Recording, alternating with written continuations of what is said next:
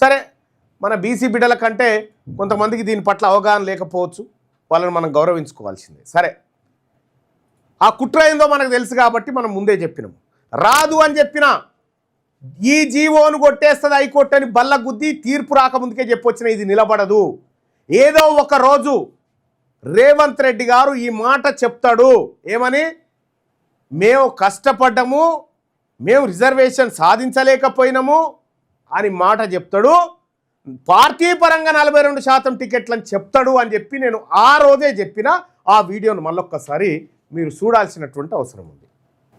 ఇక నెక్స్ట్ రేపో మాపో రేవంత్ రెడ్డి గారు ఓ మాట చెప్తుండొచ్చు, మా చెమటంతా ధారపోసినాం, మా రక్తం అంతా ధారపోసినాం, అయినా సాధించలేకపోయినాం కాబట్టి పార్టీ పరంగా 42% టికెట్లు ఇస్తారని రేపు ఎల్లుండో ప్రెస్ మీట్ పెట్టి చెప్తాడు. ఇక చిత్తశుద్ధితో ఈ ప్రభుత్వం బీసీలకి 42% రిజర్వేషన్ కల్పించాలని శత విధాల ప్రయత్నం చేసిన కేంద్ర ప్రభుత్వ సహకారం లేని కారణంగా కేంద్ర ప్రభుత్వంలో ఇక్కడ నుంచి ఏదైతే రికమెండ్ చేసిన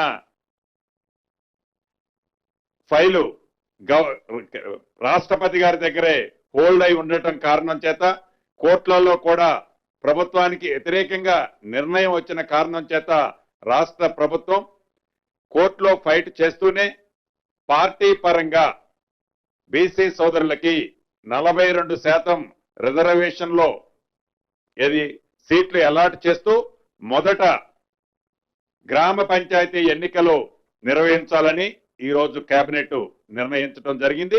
చెప్తా ఉన్నది ఈ బిల్లు ద్వారా పోయి 42% రిజర్వేషన్ వస్తుందా అధ్యక్ష? గుండె మీద చేసుకొని చెప్పమని ఇక్కడ ఉన్న వాళ్ళని. ఇది సాధ్యమయ్యేదేనా? ఎంతవరకు సాధ్యమని చెప్పడం ఒకసారి ఆలోచన చేయండి అధ్యక్ష. ఇది ప్రజలను మభ్యపెట్టడానికి కాకపోతే దేనికోసం అధ్యక్ష? చూసిరు కదా, నేను ఏం చెప్పినో అదే ఇవాళ ఎండ్ రిజల్ట్.